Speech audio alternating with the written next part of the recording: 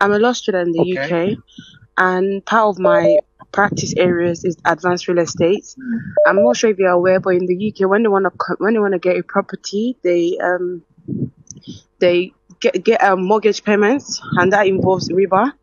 So, would acting as a lawyer for, let's say, the buyer that's taking mortgage payment from the bank to pay for the property, Fatima, or acting for the bank that is, Fatima yes, from you're the saying? UK. Let me tell you in the beginning, I'll take one question at a time. Let me tell you in the beginning, I'm proud of you. I'm Yep. very proud of you. You're a law student and you're working in the real estate as well. This is great. May Allah bless you and your family.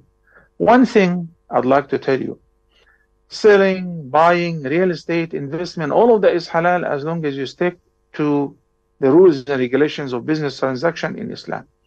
And since you are a law student and you're involved in real estate business, I really adjure you to study business transaction from Islamic perspective. And guess what? Right now, inshallah, I've decided I'm going to hold a whole course for business transaction in Islam. Halal and haram, do's and do not do's. Inshallah, maybe after Ramadan, we'll record a whole course in this regard.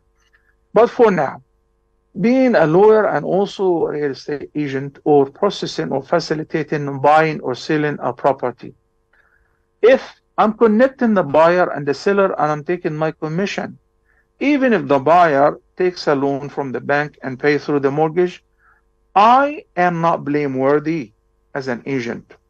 There is no blame upon me. Only the blame if I practice as a lawyer to process the contract and require the interest, or on behalf of the bank, or connect the people to facilitate the mortgage, then you're involved. Your involvement in the mortgage, your involvement in the interest-based transaction makes it unlawful. But if your role is limited to selling a property for an owner to a buyer, and then the buyer shows interest, agrees to the price, and he goes his way, he gets a loan from the bank, he gets the money cash, this is none of your problem. Your percentage, your commission is lawful. Only do not get involved in facilitating the mortgage contract. I hope my answer is clear. Fatima, do you have another one? Yes, it is clear, Sheikh. Yeah, Yes, sorry, I wanted please to do. ask as well, Jazakumullah khair for your answer. I also wanted to ask regarding, so acting as a stakeholder. So in some scenarios, they give the money to the buyer, and then the bank transfer is to me as a lawyer to hold for them until they're ready to give the money to the seller. Would holding that money also mean that I'm facilitating, or do I say I just don't hold the money for them and they be the one that sends directly to the seller when there's time?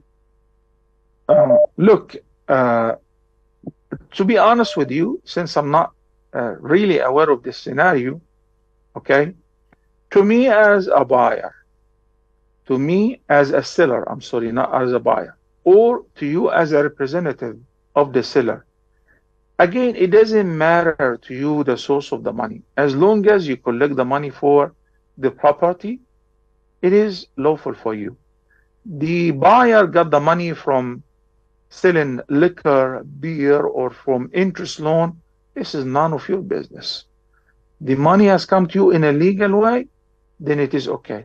So you as a representative for the seller, if you collect the check and you cash it, and it is from whatever bank, again, you're not blameworthy.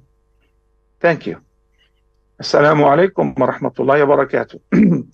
Please, before I take the following caller, because the previous couple questions were very sensitive, and I hope my answer will be understood in the context that I provided.